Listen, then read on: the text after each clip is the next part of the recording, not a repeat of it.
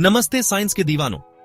आज मैं आपको बताऊंगा the one and only Albert Einstein की इनक्रेडिबल लाइफ जर्नी के बारे में। तो सीट बेल्ट बांध लो, क्योंकि यह एक जीनियस की लाइफ की बहुत ही फैसिनेटिंग राइड होने वाली है।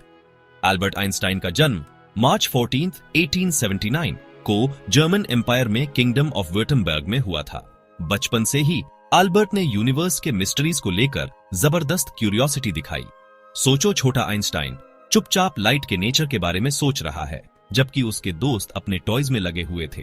बचपन में उन्हें सख्त स्कूलिंग सिस्टम से काफी स्ट्रगल करना पड़ा, लेकिन दुनिया को समझने का उनका पैशन उन्हें आगे बढ़ाता रहा।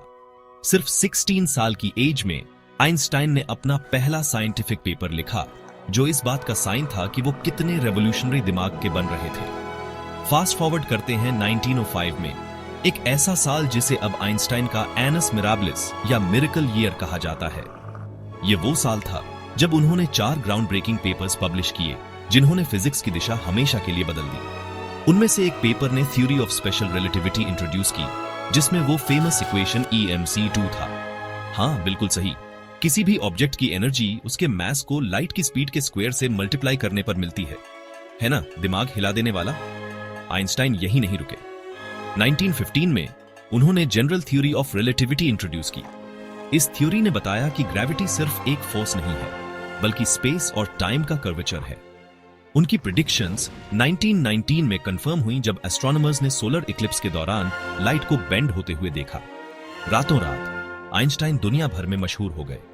लेकिन आइंस्टाइन सिर्फ एक साइंटिस्ट से कहीं ज्यादा थे।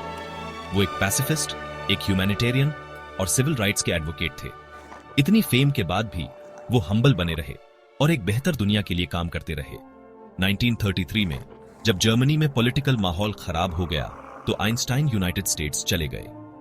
उन्होंने अपनी लाइफ के बाद के साल प्रिंसटन, न्यू जर्सी के इंस्टीट्यूट फॉर एडवांस्ड स्टडी में बिताए।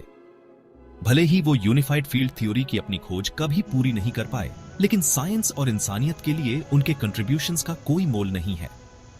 एल्बर्ट आइंस्टाइन का देहांत अप्रैल 18, 1955 को हुआ, लेकिन उनकी लेगेसी आज भी जिंदा है।